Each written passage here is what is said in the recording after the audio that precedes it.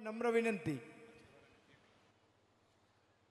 શ્રી મોમાઈ માતાજી રજત જયંતિ મહોત્સવના આજના પ્રસંગે મંચ પર ઉપસ્થિત પૂજ્ય સંતો, સમાજના સૌ આદરણીય વડીલો, દાતાશ્રીઓ અને આપ સર્વે પરિવારના ભાઈઓ અને બહેનો, મારી પહેલી વિનંતી તો એ છે કે કદાચ જમવાનો સમય વહેલો થઈ જાય તો શરીરના ભોજન કરતાં પણ મનનું ભોજન વધારે અગત્યનું છે. અને એવા કેટલાક ખૂબ અગત્યના વિચારો આજે હું આપની વચ્ચે વહેંચવાનો છું. ત્યારે પ્રસાદને એક બાજુ રાખીને જરા તમારું મન આ તરફ પરોવજો એટલી તમને પ્રાર્થના છે. એક સરસ મજાની નાની એવી વાર્તા સાથે આપણે વાતની શરૂઆત કરીએ. કારણ કે તમારામાંથી જેણે જેણે શૈલેષ સકપરિયાને સાંભળ્યા હશે એ લોકો જાણે જ છે કે શૈલેષ સકપરિયા એટલે વાર્તા. મારે તમને બહુ અઘરી વાતો કરવી જ નથી.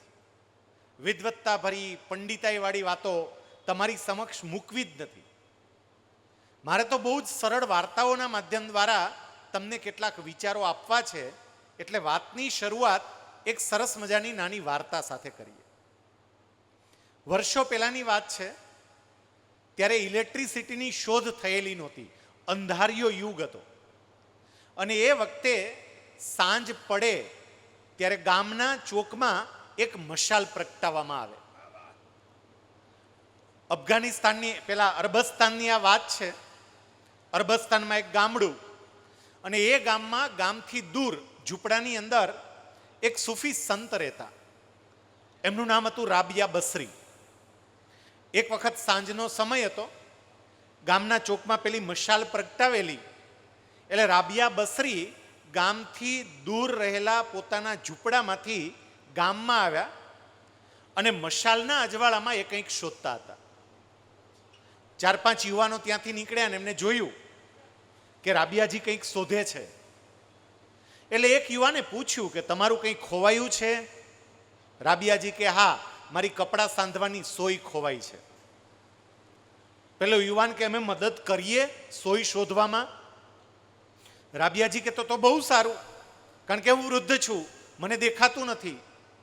તમે યુવાન છો, તમારી દ્રષ્ટિ સારી હોય, મદદ કરો તો ઝડપથી સોય મળશે. એટલે 4-5 યુવાનો બધા મશાલના અજવાળામાં સોય શોધવામાં લાગી ગયા. 10 મિનિટ પ્રયત્ન કર્યો, આખો ચોક જોઈ વળ્યા, પણ ક્યાંય સોય મળી નહીં. એટલે એક યુવાને હળવેકથી રાબિયાજીને એવું કહ્યું કે અમે 10 મિનિટથી પ્રયત્ન કરીએ છીએ, સોય મળતી નથી. આમ તમે ચોક્કસ જગ્યા બતાવી શકો કે કઈ જગ્યાએ ખોવાઈ છે, તો અમે ત્યાં જ શોધીએ. અને એ વખતે રાબિયાજી ગામથી દૂર રહેલી પોતાની ઝૂંપડી તરફ આંગળી ચીંધીને એવું કહે છે કે સોય તો મારી ત્યાં ઝૂંપડામાં ખોવાઈ છે. આટલી વાત કરી એટલે યુવાનો એટલા હસે. રાબિયાજી કે હસો છો કેમ? યુવાને કે હસીએ નહીં તો શું કરીએ? સોય ઝૂંપડામાં ખોવાઈ છે તો ગામના ચોકમાં શું શોધો છો?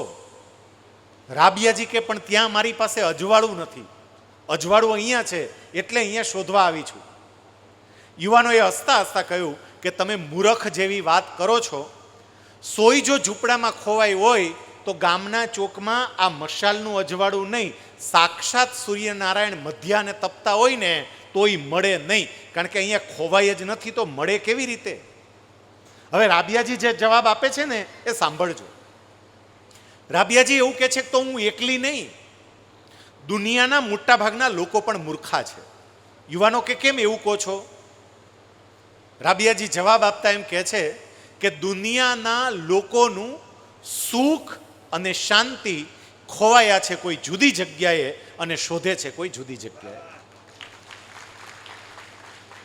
આપણા સુખ અને શાંતિ ખોવાયા છે આપણા પરિવારમાં, આપણા સમાજમાં, અને આપણે એને શોધવાનો પ્રયત્ન કરીએ છીએ પદ, પૈસો અને પ્રતિષ્ઠામાં. કારણ કે ત્યાં આપણને ઝગમગાટ દેખાય છે, ત્યાં એ ખોવાયા જ નથી એટલે મળવા શક્ય જ નથી. મારે જો સાચા અર્થમાં સુખી થવું હોય, શાંતિ પ્રાપ્ત કરવી હોય, તો એટલું યાદ રાખજો, મારી ઉંમર ભલે નાની રહી પણ વાંચન બહુ છે. આદરણીય જેરામ બાપા બહુ સારી રીતે ઓળખે છે. સાહેબ, મારી ઘરે મેં 3000 પુસ્તકોની લાઇબ્રેરી બનાવી છે. ગુજરાત સરકારની અંદર સિનિયર ક્લાસ 1 અધિકારીના પદ સુધી હું પહોંચ્યો, એડિશનલ કલેક્ટર લેવલ સુધી હું પહોંચ્યો, પણ એમાં આ જ્ઞાનનું યોગદાન બહુ જ વિશેષ છે. એટલે ઉંમર ભલે નાની રહી પણ વાંચીને અનુભવ બહુ વિશેષ થઈ ગયો છે. અને એટલે સુખી થવા માટે અને શાંતિ પ્રાપ્ત કરવા માટેના કેટલાક ઉપાયો આટલી પૂર્વ ભૂમિકા પછી હું આજે આપ સૌની સમક્ષ મૂકવાનો છું. સૌથી પહેલો ઉપાય સુખી થવા માટે, અને અહીંથી હવે સમજો સાહેબ, સૌથી પહેલો ઉપાય વડીલોનો આદર કરતા શીખો, વડીલોને માન આપતા શીખો. સુખી થવું હોય તો આ બહુ જરૂરી છે. અને મને દુઃખ સાથે કહેવું છે કે દિવસે ને દિવસે પાટીદાર સમાજની અંદર વડીલો પ્રત્યેનો આદર ઘટતો જાય છે. વાસ્તવિક રીતે જોઈએ ને સાહેબ, મેં એવા પ્રસંગો જોયા છે કે વડીલો બિચારા ઊભા હોય અને યુવાનો ખુરશી પર બેઠા હોય. જ્યાં સુધી મારા વડીલ ઊભા હોય ત્યાં સુધી ખુરશી પર બેસવાનો મને કોઈ અધિકાર નથી. હું ગુજરાત સરકારનો સિનિયર ક્લાસ 1 અધિકારી નહીં, આઈએએસ હોય ને તો પણ મારા વડીલોની હાજરીમાં મને ખુરશી પર બેસવાનો અધિકાર નથી. આ સમજવું પડે ને શીખવું પડે. ભગવાન કૃષ્ણ જ્યારે મથુરાની અંદર મામા કંસના આમંત્રણથી ગયા અને ભગવાન માટે મામાએ રહેવાની વ્યવસ્થા રાજમહેલમાં કરી હતી. આપણને બધાને ખબર છે એ રાજમહેલમાં નથી રહ્યા, એ રહેવા માટે ઉપવનમાં ગયા. અને જ્યારે અક્રૂરજી સાંજે એમને મળવા માટે જાય છે અને કૃષ્ણને એવું કહે છે કે કૃષ્ણજી, તમારા માટે તો મહેલમાં બહુ સરસ વ્યવસ્થા કરી છે, તમે વ્યવસ્થા છોડી અને અહીંયા કેમ રોકાયા છો? અને એ વખતે કૃષ્ણ જવાબ આપે છે કે મારા જન્મદાતા મા દેવકી અને પિતા વસુદેવજી જેલમાં છે.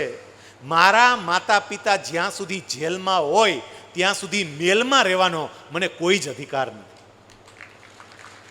વિચારજો, માતા પિતા જો સામાન્ય સ્થિતિમાં હશે તો મારો મહેલ મને ક્યારેય સુખ નહીં આપે.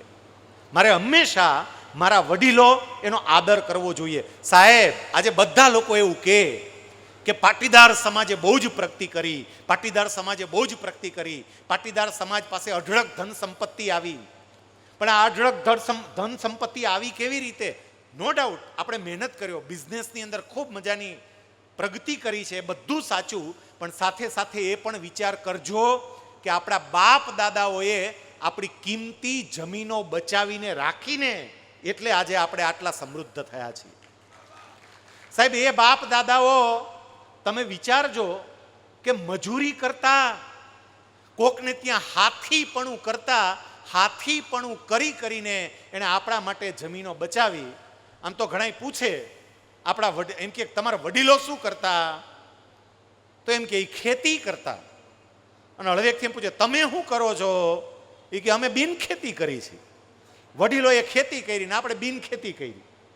સાહેબ, એ વડીલોને આદર આપવાનું ચૂકાઈ ના જાય એ જોજો. અહીંયા જેટલી માતાઓ બેઠીને મારે 2 હાથ જોડીને સમાજના દીકરા તરીકે તમને પ્રાર્થના કરવી છે કે મહેરબાની કરીને જે ઘરની અંદર વડીલો ના હોય ને એવા ઘરમાં દીકરી પણ નહીં દેતા. આજે સાહેબ આખું અલગ પ્રકારનું ચાલે છે. આજે જો હું કેટલીક વાતો કડવી કહીશ, મને માફ કરજો, હું પહેલા જ માફી માંગી લઉં. સાહેબ, ઘર ગોતતી વખતે એવું પૂછે એ ઘરમાં કચરા પેટી તો નથી ને, ડસ્ટબિન તો નથી ને, જૂનું ફર્નિચર તો નથી ને? આ કચરા પેટી, ડસ્ટબિન, જૂનું ફર્નિચર કોણ? વડીલો. વડીલો માટે આવા શબ્દો વાપરતા થઈ ગયા. વિચાર તો કરો જરા, આપણે કયા રસ્તે જઈ રહ્યા છીએ? સાહેબ, આ વડીલોએ આપણા માટે શું કર્યું છે એની એક નાની એવી તમને વાર્તા કહું. આવું સરસ મજાનું મેડી જેવું એક ગામ હતું અને એ ગામના પાદરની અંદર એક આંબો હતો, કેરીનું વૃક્ષ. ગામનો એક બાળક એ આંબાના વૃક્ષ નીચે રમવા માટે જાય, ત્યાં રમે, ભૂખ લાગે તો કેરી તોડીને ખાય, આંબાના છાયામાં સૂઈ જાય. આંબાને અને એ બાળકને બંનેને સરસ મજાની એકબીજા સાથેનો સંબંધ બંધાઈ ગયો, બંનેને હેત થયું. અમુક સમય થયો એટલે પેલો બાળક આવતો બંધ થઈ ગયો. આંબો બિચારો રાહ જોવે કે આ બાળક દેખાતો કેમ નથી, આવતો કેમ નથી, દેખાય જ નહીં. સાહેબ એ વખતે આંબો રાહ જોયા કરે, પેલો બાળક આવે નહીં. એક વખત અચાનક એ બાળક આવ્યો, આંબો એને ઓળખી ગયો, કહ્યું બેટા તું દેખાતો કેમ નહોતો? પેલો બાળક જવાબ આપે કે હું તો સ્કૂલે ભણવા માટે દાખલ થયો, મારે અભ્યાસમાં ધ્યાન આપવું પડે ને, હમણાં 12મું પૂરું કર્યું, બહુ સારા ટકા આવ્યા છે. સામે આંબાએ પૂછ્યું પછી બેટા તો અત્યારે કેમ આવ્યો, આટલો સમય દેખાતો નહોતો? અને પેલો બાળક જવાબ આપે છે કે મને કાંઈ પણ પ્રશ્નો થાય ને હું તમારી પાસે આવું તો મારા પ્રશ્નનું નિરાકરણ થઈ જાય છે. એટલે અત્યારે પાસ તો થઈ ગયો, એડમિશન લેવું છે, ફી ભરવાની વ્યવસ્થા થઈ ગઈ એમ નથી, એટલે તમારી પાસે આવ્યો છું. આંબો કે એક કામ કર, મારી ઉપર કેરીઓ બહુ આવી છે, બધી કેરીઓ ઉતારી લે, બજારમાં જઈને વેચી આવજે, તને પૈસા મળશે, તારી ભણવાની વ્યવસ્થા કરજે. પેલા કિશોરે યુવકે બધી જ કેરીઓ લઈ લીધી, લઈને જતો રહ્યો, ફરી પાછો દેખાતો બંધ.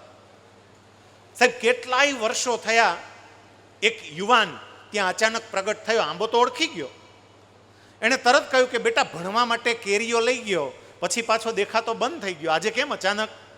એ કે હવે મારે ભણવાનું પૂરું થઈ ગયું, હવે મારે ધંધો કરવો છે, અને ધંધો કરવો જ મારી ઓફિસ બનાવવી છે, પણ પૈસા નથી, શું કરું? આંબો કે એક કામ કર, મારામાંથી બધી ડાળીઓ કાપીને લઈ જા. આમ તો હવે હું વૃદ્ધ થયો છું, કેરીઓ એટલી બધી આવતી નથી, મારી ડાળીઓ કાપીને લઈ જા, એમાંથી તારી ઓફિસ બનાવજે. પેલા એ તમામ ડાળીઓ કાપી લીધી, લઈને થઈ ગયો હાલતો, પાછો આવતો બંધ. વર્ષો પછી એ આંબા પાસે એક વૃદ્ધ આવ્યો. આંબા ઓળખી ન શક્યો એ વૃદ્ધને. વૃદ્ધ આંબાની નજીક આવ્યો એટલે આંબાએ પૂછ્યું ભાઈ તમે કોણ, ઓળખાણ નથી પડતી.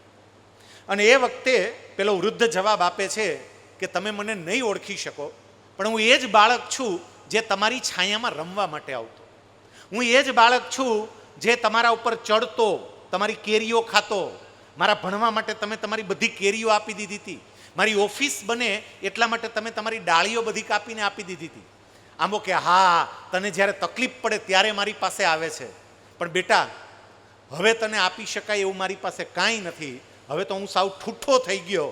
અને એ વખતે પેલો વૃદ્ધ આ આંબાને ભેટીને એવું કહે છે કે આજે હું કાંઈ માગવા આવ્યો નથી, આજે માત્ર ને માત્ર તમને ભેટવા આવ્યો છું, કારણ કે મોટા થયા પછી ને વૃદ્ધ થયા પછી શું દશા થાય એ મને સમજાય છે, મારે કાંઈ નથી કરવું, ખાલી તમને ભેટવું છે, તમારો આભાર માનવો છે. એમ કરીને ભેટા. અને સાહેબ એ વૃદ્ધ આંબાને ભેટો ને એની સાથે જ આંબાની અંદર એક નવી કૂંપણ ફૂટી. આ કોઈ વાર્તા નથી, આ આંબો એટલે ધોળા કપડાં પહેરીને બેઠેલા આપણા વડીલો. સાહેબ એ વડીલોના છાયામાં આપણે મોટા થયા, એ વડીલોના ખોળામાં રમ્યા.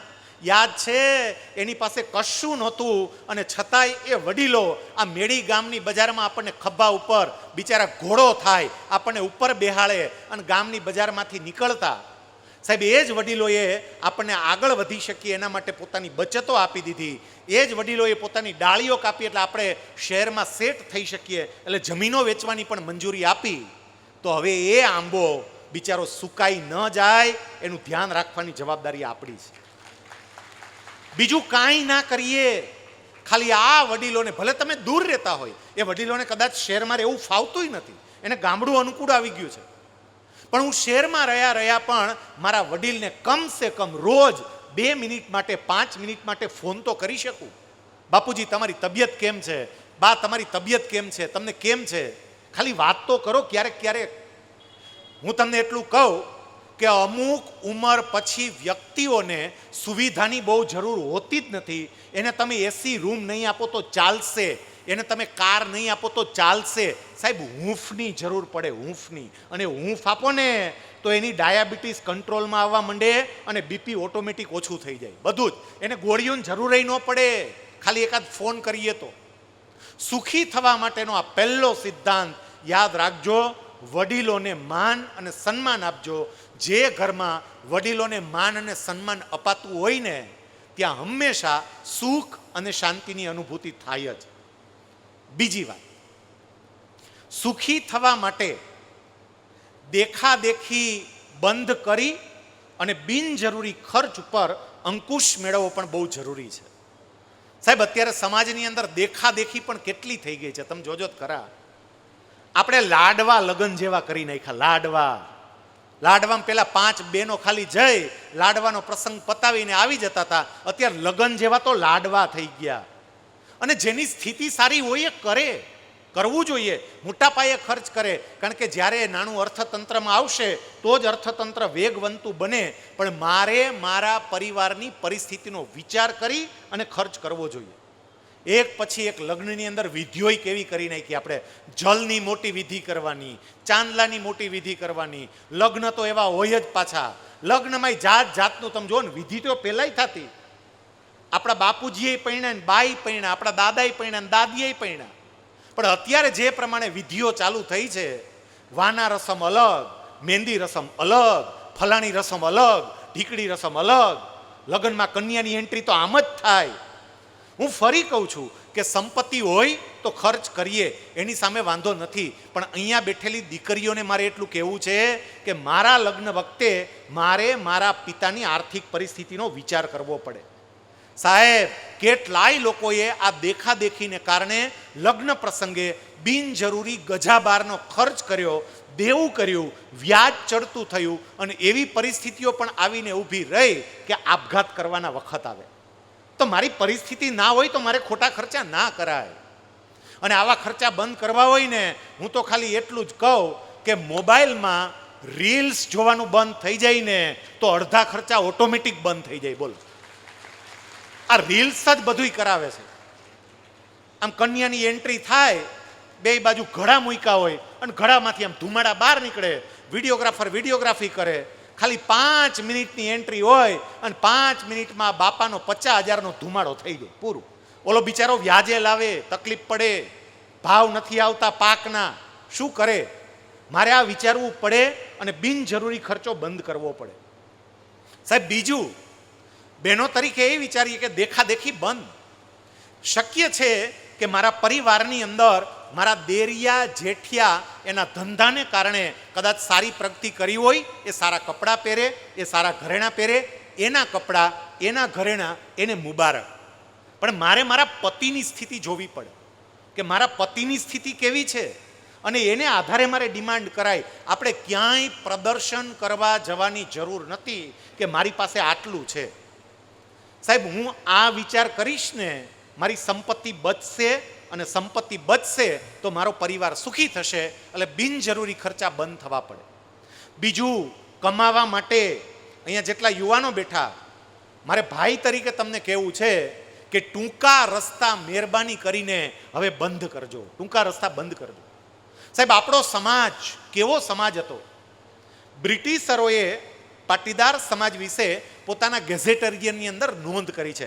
બ્રિટિશરો છે ને ગેઝેટિયર બહાર પાડતા, અને ગેઝેટિયર એટલે અલગ અલગ જ્ઞાતિ, અલગ અલગ સમાજ, અલગ અલગ વર્ગ, એની લાક્ષણિકતાઓનો અભ્યાસ કરી અને એમાં ઉલ્લેખ કર્યો હોય, જેથી કરીને કોઈ પણ વાઇસરોય જ્યારે શાસન કરવા માટે આવે એ વાંચે, એને ખબર પડે કે કઈ જ્ઞાતિ પાસેથી કેવી રીતે કામ લેવું.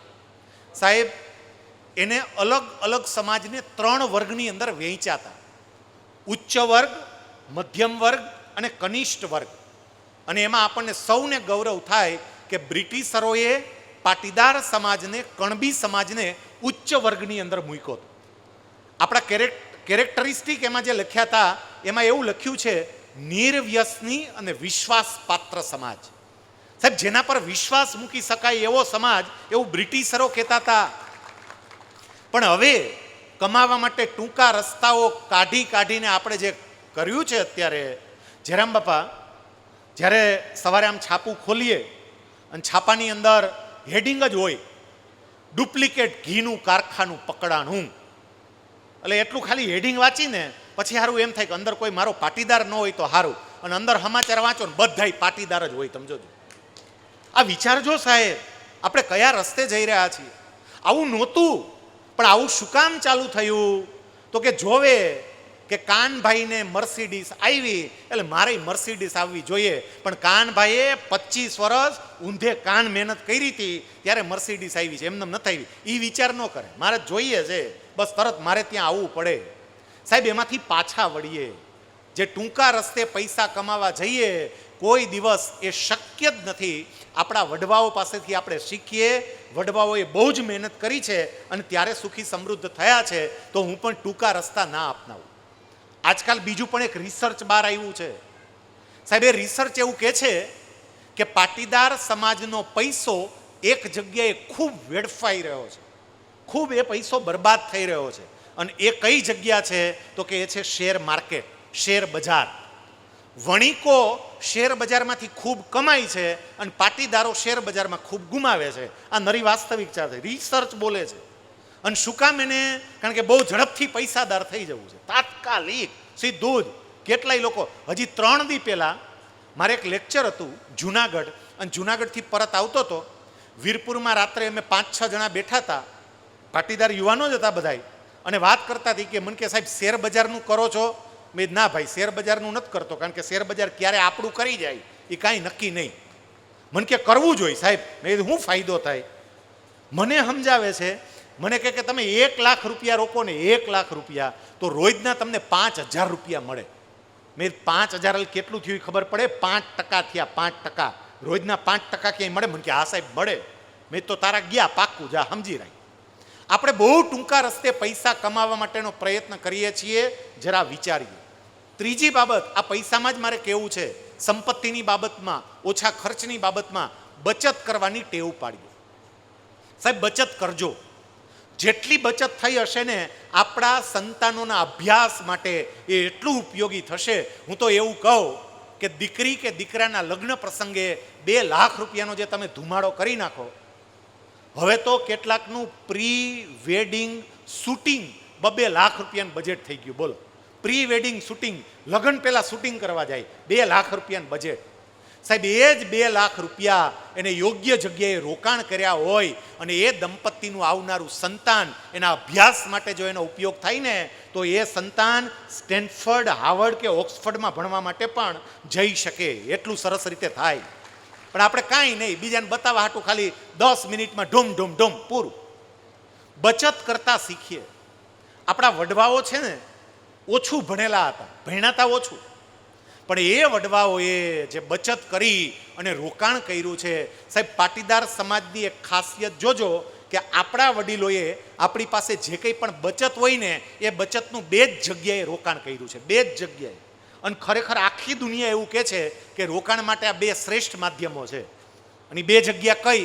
એક જમીન અને બીજું દાગીના. આ 2માં જ રોકાણ કર્યું. સમજો, કાંઈક થોડાક ભાવ હારા આવ્યા હોય, થોડોક પાક હારો થયો હોય, એટલે તરત એમ કે એક ટુકડો લઈ લ્યો ને, મળતો હોય. કાં જમીન લ્યા હતા, અને કાં પછી શું કરે, વહુને ઘરેણું કરાવી દો. એને ખબર જ છે વહુ પહેરીને રાજી થાય અને આમાં કિંમત વધતી જાય. 2 ફાયદો. યોગ્ય રોકાણ હતું આ. અને આ 2માં જેણે રોકાણ કર્યું હોય ને એ લગભગ પસ્તાણા નથી. બચત કરી અને એનું યોગ્ય રોકાણ કરવું. સાહેબ ત્રીજી બાબત મારે કહેવી છે. મેં તમને પહેલી બાબત કહી વડીલોનું સન્માન, બીજી બાબત કહી બિનજરૂરી ખર્ચ ઉપર અંકુશ, ત્રીજી બાબત હવે જે આવે છે તે પરિવારને સાચવવા માટે આપણે એકબીજાને પરિવારમાં સમજતા થઈએ, એકબીજાના દ્રષ્ટિકોણથી વિચારતા થઈએ, તો આપણો પરિવાર જળવાય. આજે દિવસે ને દિવસે છૂટાછેડાનું પ્રમાણ જે વધતું જાય છે, જયરામ બાપા સમાજના આગેવાન છે અને એની પાસે તો કેટલા કેસ આવતા હશે. એમને કહ્યું કે 1 અઠવાડિયું બાકી જતું નથી. અને સાહેબ તમે જ વિચાર કરો ને, આપણી આસપાસ છૂટાછેડાના આપણને કેટલા કેસ જોવા મળી રહ્યા છે.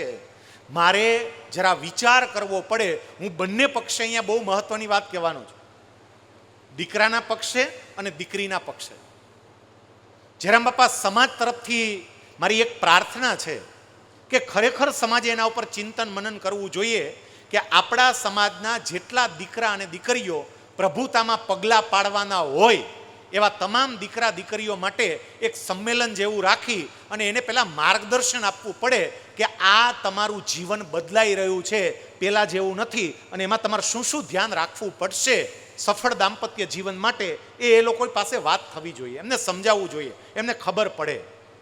જેટલી દીકરીઓ બેઠી ને, પહેલાં મારે તમને કહેવું છે, બહેનો એટલું યાદ રાખજો, પિતાનું ઘર એ પિતાનું ઘર અને પતિનું ઘર એ પતિનું ઘર, બે વચ્ચે ફેર હોય જ.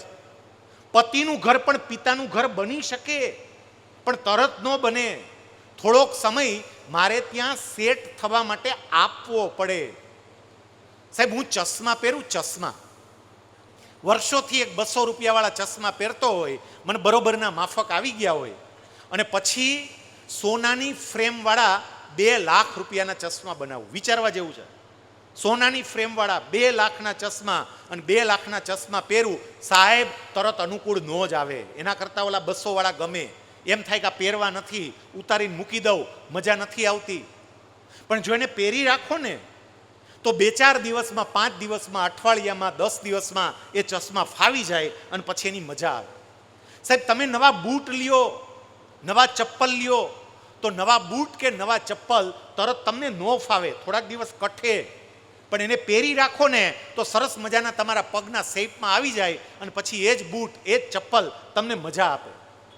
એવી જ રીતે તમે જ્યારે કોઈ નવા ઘરમાં જાઓ ત્યારે એ ઘરનું વાતાવરણ તરત તમને અનુકૂળ ના આવે, પણ એના માટે મારે ત્યાં થોડોક સમય વ્યતીત કરવો પડે તો ઓટોમેટિક અનુકૂળ આવી જાય. અને ફરી અહીંયા યાદ કરવું આપણા પૂર્વજોને કે એ લોકો કેટલું વિચારી વિચારીને બધું કહેતા. યાદ છે? તમને ખ્યાલ છે? તમે સાંભળ્યું હશે, વાંચ્યું હશે. આ મંચ ઉપર તો બધા મહાનુભાવો બેઠા છે. આપણે ત્યાં એવો રિવાજ હતો કે દીકરીને પરણાવ્યા પછી, દીકરીને સાસરે વળાવ્યા પછી માતા અને પિતા દીકરીના ઘરનું પાણી પણ ના પીતા. દીકરીના ઘરનું પાણી ના પીવાય. તો એમાં દીકરીનું અપમાન નથી. વર્ષો જૂની આ પ્રણાલિકા છે અને આપણા શાસ્ત્રોની અંદર આ જોગવાઈ કરી છે, પણ એમાં જોગવાઈમાં એક સ્પષ્ટતા કરી છે કે દીકરીના ઘરનું પાણી પીવું નહીં. પણ ક્યાં સુધી? તો કે દીકરીની ઘરે કોઈ સંતાનનો જન્મ ન થાય ત્યાં સુધી. પછી તમે ત્યાં પાણી પી શકો, જમી શકો, રોકાઈ શકો. અત્યારે આનું પાલન કરવાની જરૂર નથી, અત્યારે સમય બદલાઈ ગયો. પણ આ પરંપરા શું કહેતી હતી એ મારે કહેવું છે તમને. સાહેબ, એની પાછળનું કારણ એ હતું કે દીકરી નવા ઘરે ગઈ હોય, નવા ઘરે હજી સેટ થતી હોય, અને સેટ થતી હોય એ જ વખતે અહીંથી મમ્મી ત્યાં જાય, પપ્પા ત્યાં જાય. પેલી દીકરીને કેટલાક પ્રશ્નો તો સાસરિયાના હોય જ. મમ્મી અને પપ્પા પાસે એ વાત રજૂ કરે અને મમ્મી અને પપ્પાને એવું થાય કે મારી દીકરીને આટલી બધી તકલીફ છે અને એ ઘર ભાંગવાની પૂરેપૂરી શક્યતા ઊભી થાય. એવું થાય જ નહીં ને, કારણ કે આવું ક્યારે શક્ય બને? મમ્મી અને પપ્પા ત્યાં જાય, રોકાય તો, પણ પાણી જ નહીં પીવાનું, પાણી જ નહીં પીવાનું, રોકાવાનું નહીં, આવતું રહેવાનું. મળીને તરત મળીને આવતા રહીએ એટલે કંઈ વાત બહુ લાંબી થાય નહીં, અને વાત લાંબી થાય નહીં એટલે દીકરી ત્યાં રહી જાય. શરૂઆતમાં તકલીફ પડે, પણ એમને ત્યાં સંતાન થાય ને ત્યાં સુધીમાં દીકરી સેટ થઈ ગઈ હોય અને પછી મમ્મી પપ્પા જઈને વાત થાય તો કાંઈ વાંધો આવે નહીં. એમ તકલીફ થોડીક પડે શરૂઆતમાં, પણ સેટ થતા શીખવું પડે. જે ત્યાં સેટ થઈ શકે ને, થોડોક સમય આપે ને, સાહેબ એ જ પરિવાર આપણને આનંદ આપે. એટલે તાત્કાલિક નિર્ણયો નહીં કરવા. જયરામ બાપા મારી સાથે સહમત થશે અને અહીંયા બીજા કેટલાક વડીલો બેઠા ને એ સહમત થશે. સાહેબ, જે છૂટાછેડા થાય છે ને, એ છૂટાછેડામાં લગભગ 50% કરતાં વધારે છૂટાછેડા લગ્નના માત્ર 6 મહિનામાં થાય છે. લગ્નના 6 મહિનામાં 50% છૂટાછેડા. આ શું બતાવે છે? અહીંયા યાદ રાખજો, મેં તમને પહેલાંય કહી દીધું, ફરીએ કહું છું કે કેટલીક કડવી વાતો હશે. સાહેબ, જે ઘરમાં લગ્ન પછી મા અને દીકરી વચ્ચે ફોન પર બિનજરૂરી લાંબી લાંબી વાતો થતી હોય ત્યાં ઘર તૂટવાની શક્યતા વધે. આ વિચારજો. મા તરીકે આપણને આપણી દીકરીનું કેટલું બધું હોય તો જરાક વિચારજો. દીકરી બિચારી કોમળ છે, એની યારે વાત કરતી વખતે તારી હા હું કરે છે, તાર જેઠાણી કામમાં મદદ કરાવે કે કેમ, કાંઈ પૂછવાની જરૂર નથી. એનું ઘર છે, તમે એને વિદાય આપી, નવા ઘરે વળાવી, હવે એના ઘરમાં હું કામ ચંચુપાત કરો છો? આ જેટલી પટલાણીઓ અહીંયા બેઠી, આપણે બધાય દહીં મેળવવામાં એક્સપર્ટ છીએ, આપણને ખબર જ છે. દૂધ હોય એમાં છાશ નાખી દો અને છાશ નાખ્યા પછી ચમચી લઈ અને અડધી કલાક થાય ને ત્યાં ફેરવવાની. થયું? વળી અડધી કલાક થાય ફેરવવાનું. થયું? અડધી કલાક પાછું થયું? શું થાય? કાંઈ ના થાય. તે ચમચી લઈને વારે વારે ફેરવ શું કરો છો? સરસ દહીં થઈ જાય, સ્થિર તો રહેવા દ્યો. આ સમજો છો ને, ફોન જે કરો છો ને ચમચી જ છે, દહીં નહીં થાય. અને આધુનિક જેટલી બહેનો છે એને હું એટલું કહું કે કોઈ પણ પેન ડ્રાઈવની અંદર ડેટા હોય, એ ડેટાને તમારે બીજા કમ્પ્યુટરમાં ટ્રાન્સફર કરવા હોય, પેન ડ્રાઈવ એ કમ્પ્યુટરમાં ભરાવો, ડેટા ટ્રાન્સફરિંગ ચાલુ થાય પછી પેન ડ્રાઈવને અડાય નહીં. એકવાર ડેટા ટ્રાન્સફર થવા દેવાય. અધવચ્ચે એમ કે શું થયું તો કાંઈ નહીં, પૂરું કરપ્ટ થઈ જાય. આપણે એ કરીએ છીએ. એટલે જરા ધ્યાન રાખીએ સાહેબ કે જે ઘરે આપણે દીકરીને મોકલીએ ને એ ત્યાં સેટ થઈ શકે એ પ્રકારનું એને વાતાવરણ આપીએ.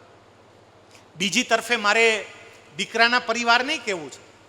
અહીંયા જેટલી સાસો બેઠી, માતાઓ બેઠી એને મેં કહ્યું, પણ જેટલી સાસુઓ બેઠી છે મારે તમને કહેવું. અને હું બહેનોને એટલા માટે કહું છું સાહેબ, કારણ કે આપણે ત્યાં બહેનોને ગૃહલક્ષ્મી કહ્યા છે. ગૃહલક્ષ્મી. તમે વિચારજો કે આપણે ગૃહલક્ષ્મી કેમ કહ્યા હશે? એટલા માટે કારણ કે કોઈ સ્ત્રી જો ઈચ્છે ને તો ઝૂંપડાને સ્વર્ગ બનાવી દે, ઝૂંપડાને. અને કોઈ સ્ત્રી ઈચ્છે ને તો બંગલાને સ્મશાન બનાવી દે. અને એટલે આપણને ગૃહલક્ષ્મી કહ્યા છે. માટે મારે કહેવું છે કે માતાઓને જે કેટલીક વાત કહી કે દીકરીને જ્યારે વિદાય આપીએ ત્યારે મારે શું ધ્યાન રાખવું જોઈએ, એ જ રીતે સાસુને મારે કહેવું છે કે જ્યારે કોઈ દીકરી તમારા ઘરમાં આવે તો મારે શું કરવું જોઈએ? સાહેબ, જે દીકરી મારા ઘરમાં આવે એ પહેલાં જેના હું કંકુ પગલાં કરાવું છું. આપણે હવે એ વધતું જાય છે ને, બધે કરે જ છે કંકુ પગલાં, કરવાય જોઈએ. લક્ષ્મીજી છે, હું ના નથી પાડતો. પણ કંકુ પગલાં કરાવનારી સાસુઓ તમારી વહુને દીકરીનું સ્થાન આપજો, અને નહીતર કંકુ પગલાં ન કરાવતા. હજી દીકરીનું સ્થાન તો મળતું જ નથી, વહુ જ રહેશે ઘરમાં. બોલો, કઈ નિર્ણય લેવાના હોય, આજ સાંભળેલી ચર્ચા છે કહું છું, બોલે એ તો પારકા ઘરની છે. પારકા ઘરની છે એની બિચારી, જ્યાં 20-20, 22-22, 25-25 વર્ષ રહી, એ ઘરને એક ઝાટકે છોડી અને તમારે ત્યાં આવી ગઈ તમારા ઘરને સંભાળવા માટે, અને હજુય પારકા ઘરની કયો છો. તમારા ઘરની દીકરી છે, તમારી દીકરી કરતાં એને વધારે મહત્વ મળવું જોઈએ. છૂટાછેડા થાય જ નહીં સાહેબ. કેટલીક હાહુ જેવી હોય. બોલો, આમાં ખાલી દીકરીઓનો જ વાંક છે એવું નહીં. સાસુ તરીકે મારે વિચારવું પડે કે મારા ઘરમાં આવનારી એ દીકરી મારા પરિવારની દીકરી છે, વહુ નથી. એને દીકરીનો દરજ્જો આપવો પડે. એક સરસ મજાની નાની વાર્તા, બે પક્ષે એક એક વાર્તા કહું, અને ખાલી આ વાર્તા તમને સમજાઈ જાય ને બહેનો, આજની આપણું આ વક્તવ્ય સાર્થક. બોલો, બીજું કાંઈ કહેવાની જરૂર નહીં. હવે જે વાર્તા કહું છું એટલું જ ખાલી સમજાય તો. પહેલી વાર્તા મારે કેવી છે સાસુ પક્ષે. સાંભળજો ધ્યાનથી. એક દીકરો પરણીને આવ્યો. એ દીકરો પરણીને આવ્યો અને જેમ જેમ સમય પસાર થવા માંડ્યો એમ એમ એ દીકરાની માતા એટલે પેલી વહુની સાસુ, એના ચહેરા ઉપરનો આનંદ ઉડવા માંડ્યો, રોનક બધી ઝાંખી થવા માંડી. 3-4 મહિના થયા એટલે એકવાર એના પતિએ એમને બાજુમાં બેસાડીને પૂછ્યું કે આપણો દીકરો પરણીને આવ્યો, જેમ જેમ સમય પસાર થતો જાય છે હું જોઉં છું કે તારા ચહેરા પરની રોનક બધી ગાયબ થતી જાય છે. આ સાચું? પેલા બેન કે બિલકુલ સાચું. લ્યો, બાકીના કોઈને ખબર ન પડી, તમને ખબર પડી. આ ભાઈએ પૂછ્યું પણ એનું કારણ શું? દીકરો પરણીને આવ્યો, વહુ ઘરમાં લાવ્યો, તને કામમાં મદદ થાય છે, તો તારા ચહેરા પરની રોનક કેમ જતી રહી? અને એ વખતે બેન જવાબ આપે કે તમે કંઈ નોંધ્યું? તમને કંઈ ખબર પડી? આપણો દીકરો પરણી અને ઘરમાં આવ્યો, દીકરો પૈણો નહોતો ને ત્યારે 100% આપણો હતો, પણ આ પૈણો ને 50% એના સાસુ સસરાનો થઈ ગયો. પેલા મારી પાસે રવિવારના દિવસે 2 હતો, હવે હાહુ પાસે વયો જાય છે. રવિવારે 50% એનો થઈ ગયો. દુઃખ તો થાય ને, માં છું.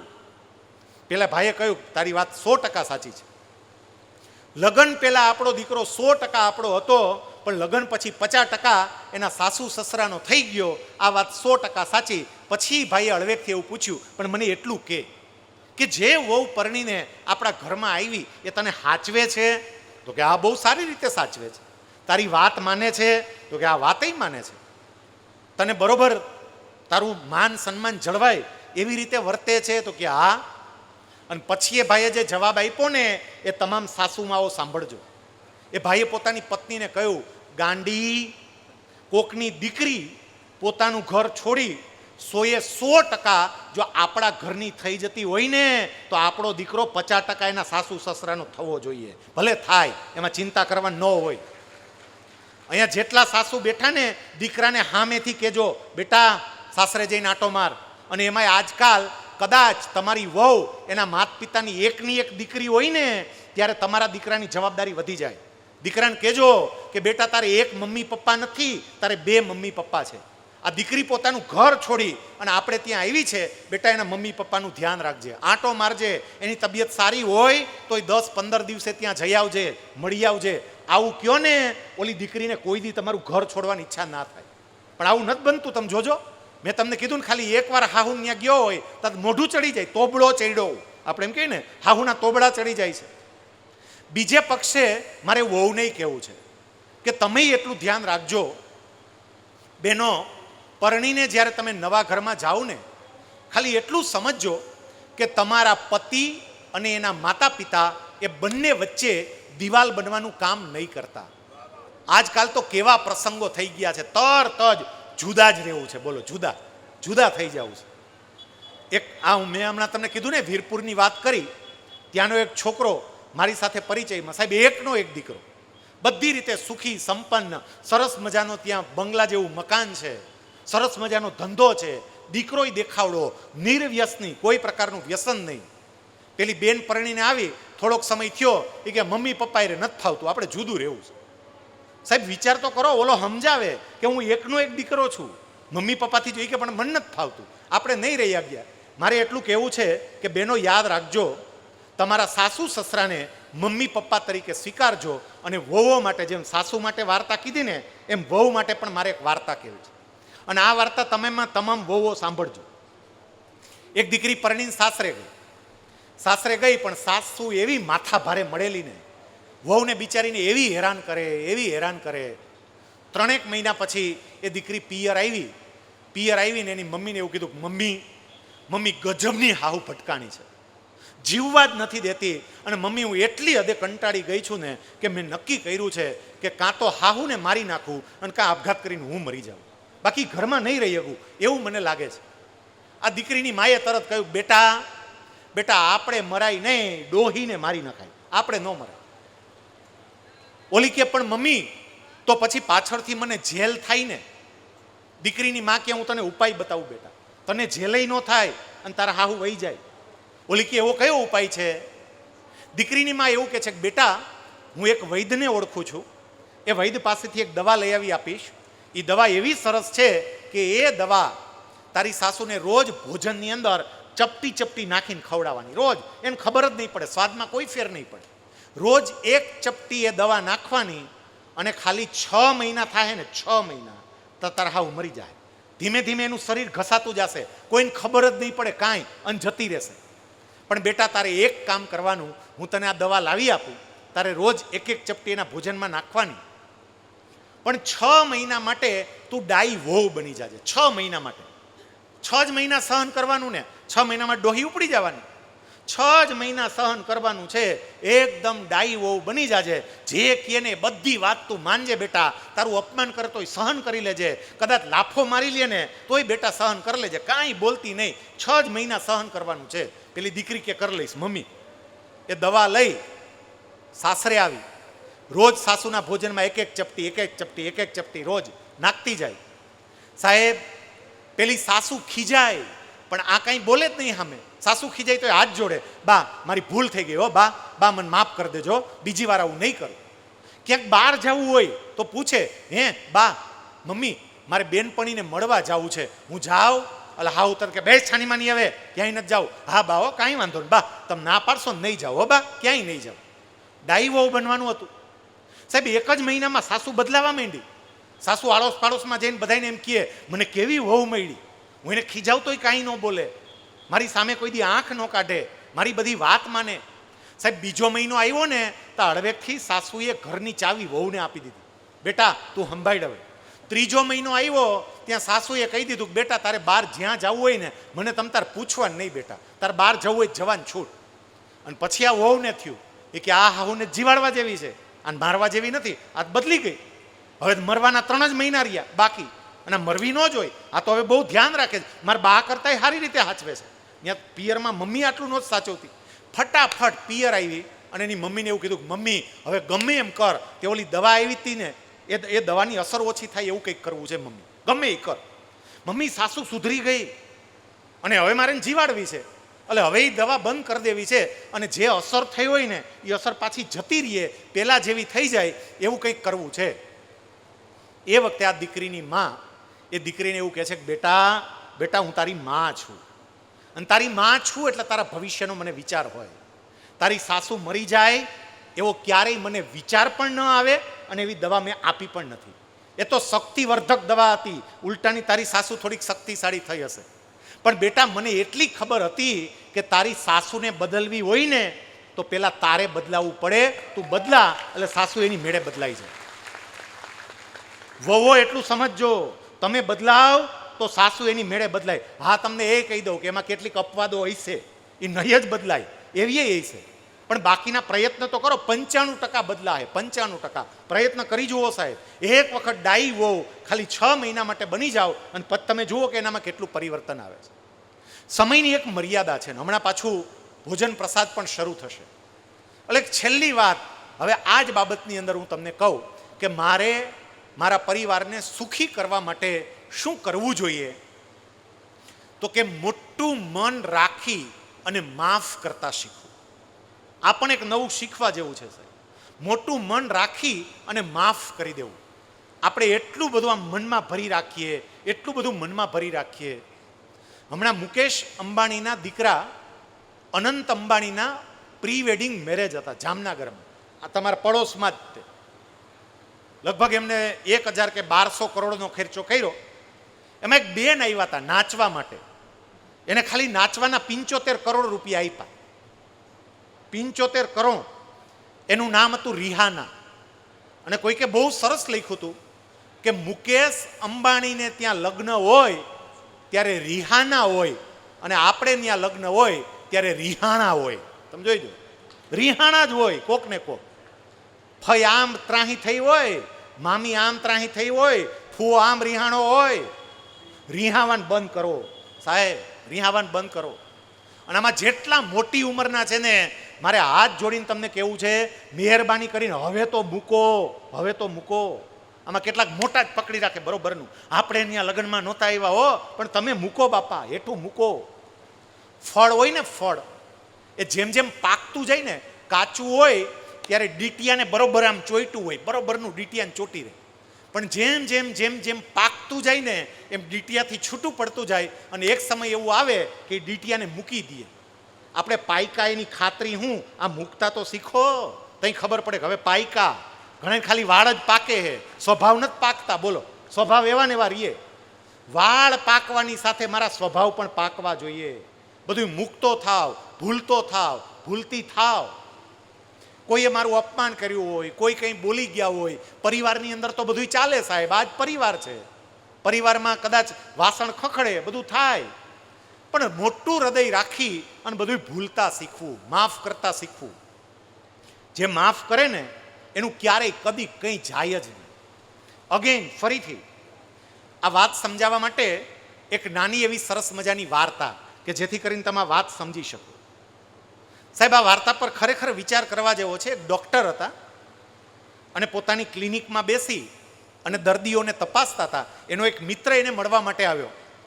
એટલે એ મિત્ર જોડે વાતો પણ કરે, દર્દીને તપાસે, મિત્ર જોડે વાતો કરે, દર્દીને તપાસે. એક દર્દી આવ્યો, તપાઈશો, દવા લખી આપી, સૂચના આપી, તારે સવાર બપોર સાંજ 3 ટાઈમ એક એક ગોળી લેવાની છે.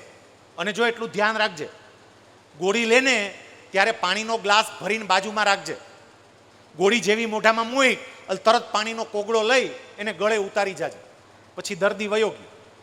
બીજો એક દર્દી આવ્યો, એને દવા લખી આપી અને એને એવું કીધું કે તારે સવાર બપોર સાંજ આ ગોળી લેવાની, એને મોઢામાં મૂકવાની અને મોઢામાં મૂકી એને ધીમે ધીમે ચગડવાની.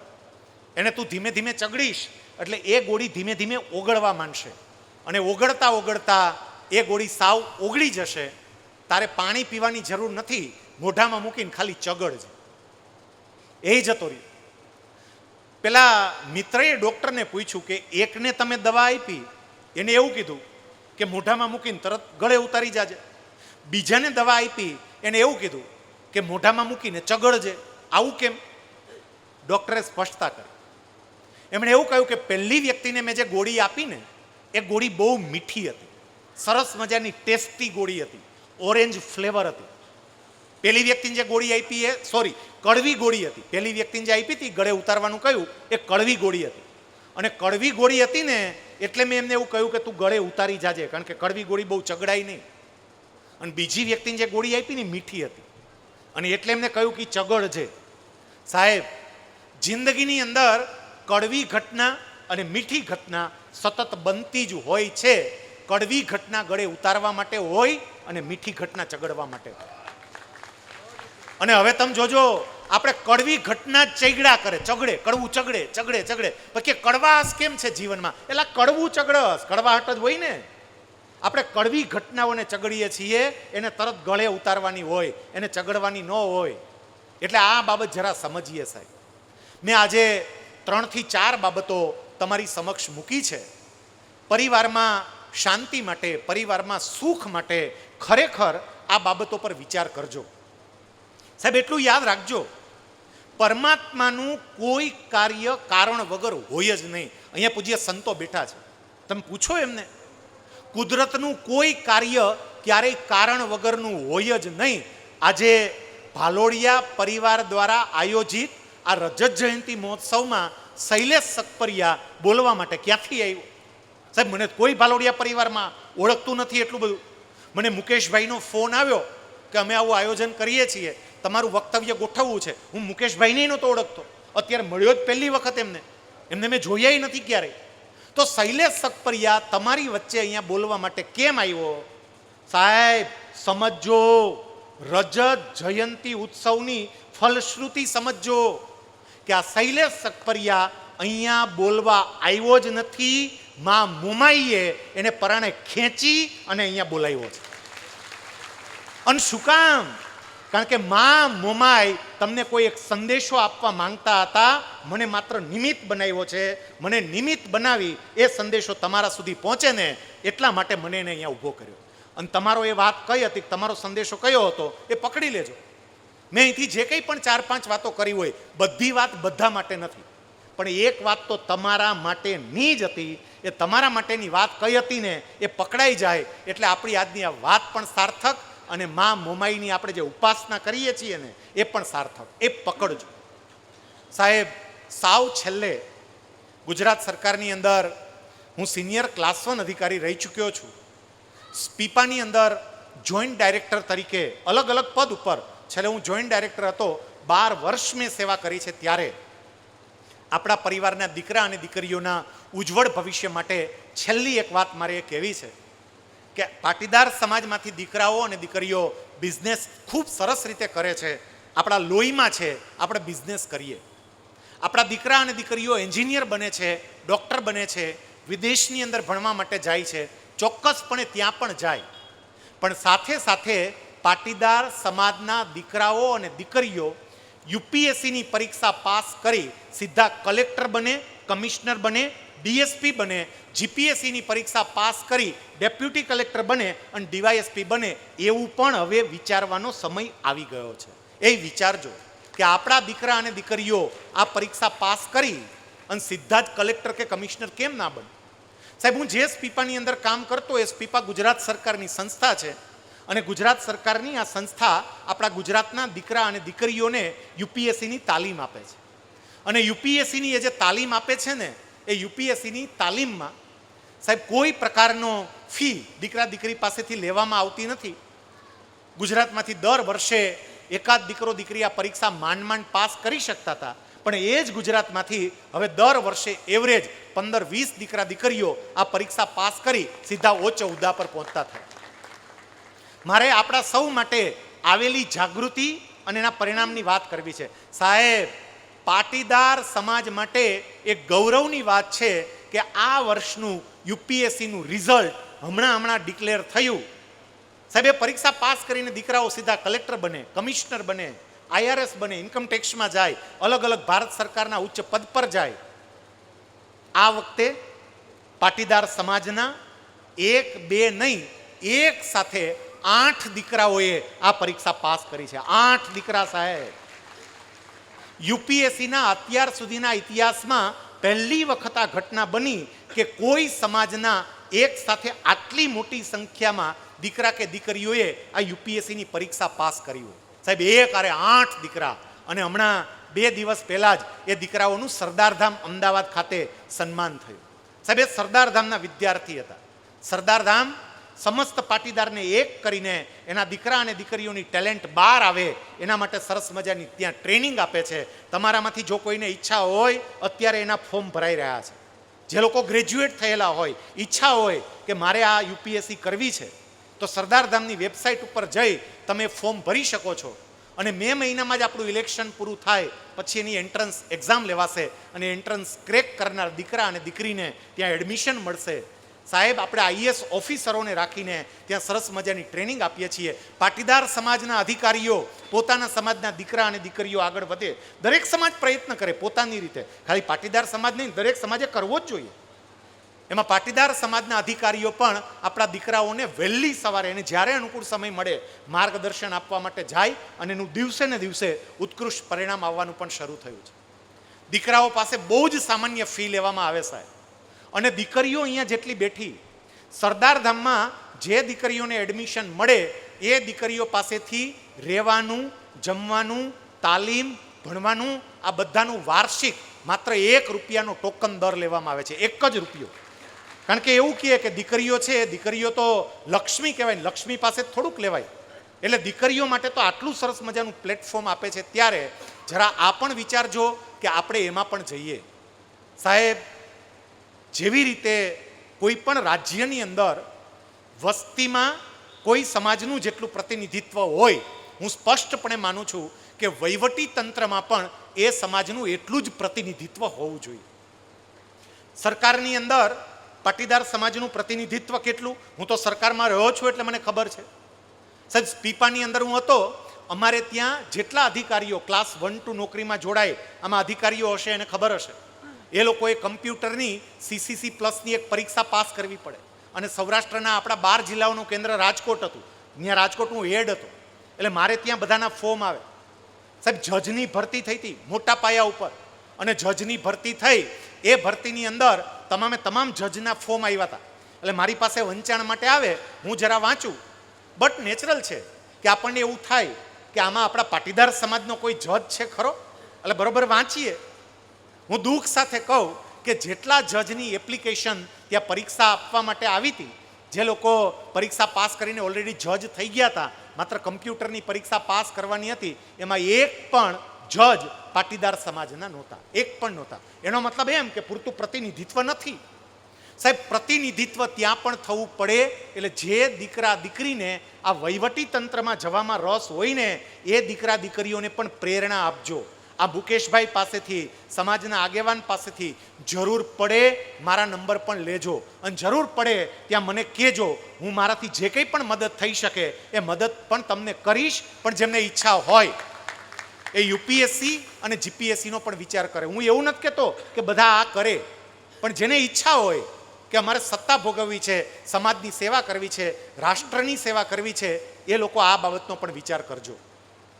સાહેબ, આજના દિવસે આટલું સરસ મજાનું આયોજન કરવા બદલ સમસ્ત ભાલોડિયા પરિવારને હું હૃદયપૂર્વકના અભિનંદન આપું છું કે કેટલું સરસ મજાનું આયોજન કર્યું છે. સાહેબ, આખા આમ તમે અલગ અલગ જગ્યાએથી, હું છે ને અહીંયા આવી ગયો તો થોડોક વહેલો, આ મુકેશભાઈને ખબર છે, થોડો વહેલો આવી ગયો. પછી એક જગ્યાએ મને મૂકવા આવ્યા એક ઘરે, અને મેં આખા ગામમાં આંટો માર્યો ને બધે ગાડીઓ જ પડી હતી, જ્યાં હોય ત્યાં, શેરીમાં, ખૂણામાં, ખાંચકામાં, કેટલે દૂરથી આપણે આપણા કાર્યક્રમની અંદર આવ્યા છીએ. સાહેબ, જેટલા લોકો તમે અહીંયા આવ્યા છો ને, બીજું કંઈ કરો કે ના કરો, પણ જેમણે કાર્યક્રમનું આયોજન કર્યું છે ને, એ તમામ આયોજકો અને સ્વયંસેવકો એને અભિનંદન આપજો સાહેબ. બધાય એમનેમ કોરા આયલા નહીં જતા.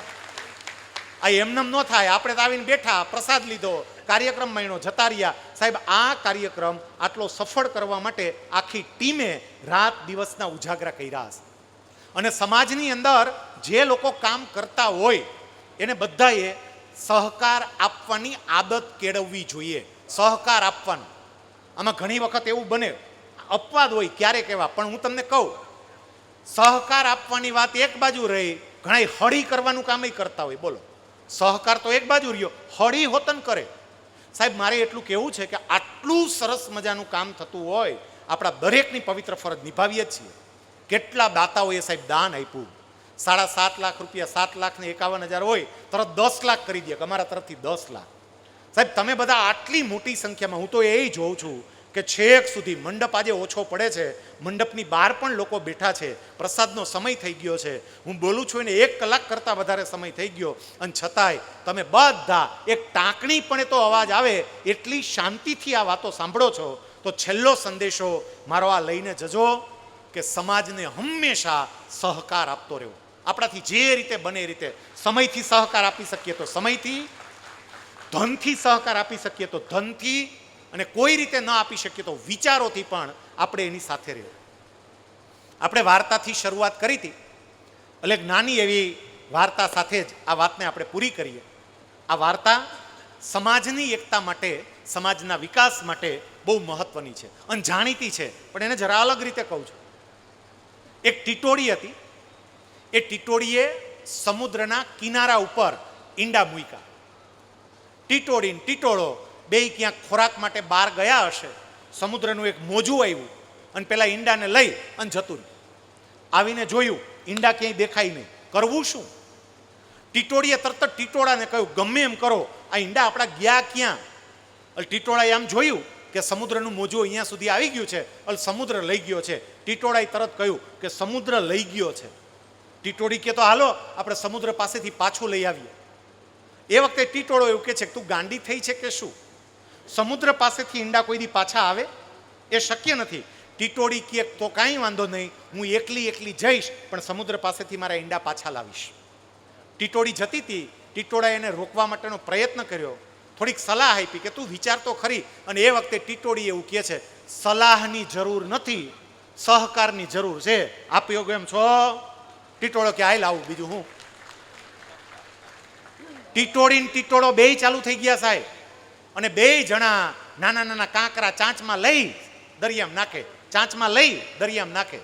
તે ત્યાં બીજા કેટલાક પક્ષી આવ્યા. એને જોયું કે આ શું કરે છે. પૂછ્યું, શું કરો છો? તો કે અમારે ઈંડા લઈ ગયા. પણ તમે શું કરો છો? એ કે દરિયો બુરીએ છીએ. બોલા કે ભલામણા દરિયો કઈ બુરાતા હશે? આ નાના નાના કાંકરાથી દરિયો બુરાય? તરત જ ટીટોળી ને ટીટોળો બે બોલ્યા, સલાહની જરૂર નથી, સહકાર આપીએ ગો એમ છો? પક્ષીઓને થયું ખારું આપણી નાઈટ છે, સહકાર તો દેવો જોઈએ ને. એટલે બધા પક્ષીઓ જોડાઈ ગયા સાહેબ, તમામ પક્ષીઓ જોડાઈ ગયા. 2 જ મિનિટમાં આપણે પૂરું કરીએ. બધા જ પક્ષીઓ જોડાઈ ગયા. પછી આ સમાચાર છે ગરુડ સુધી પહોંચ્યા, કારણ કે તો પક્ષીના રાજા કહેવાય. એટલે ગરુડ સુધી સમાચાર પહોંચ્યા. ગરુડને ખબર પડી કે મારી આખી નાઈટ દરિયો પૂરવામાં લાગી ગઈ છે. ગરુડે ભગવાન વિષ્ણુ પાસે રજા માટે અરજી મૂકી, પ્રભુ મારી 1 દિવસની સિયલ મંજૂર કરો. ભગવાન કે કેમ ભલામણા, તારે ક્યાં જવું છે?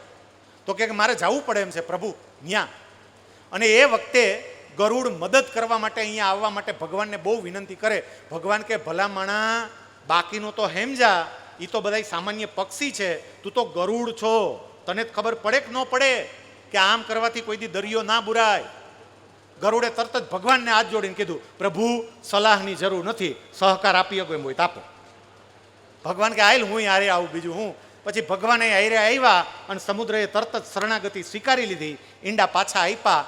સાહેબ, સમાજને સલાહની ઓછી અને સહકારની વધારે જરૂર હોય. સહકાર આપજો એટલે કોઈ ક્યાંય પણ દરિયો ઈંડા લઈ ગયો હશે ને તો પાછા આપવા આવવું જ પડે, આવવું જ પડે અને આવવું જ પડે.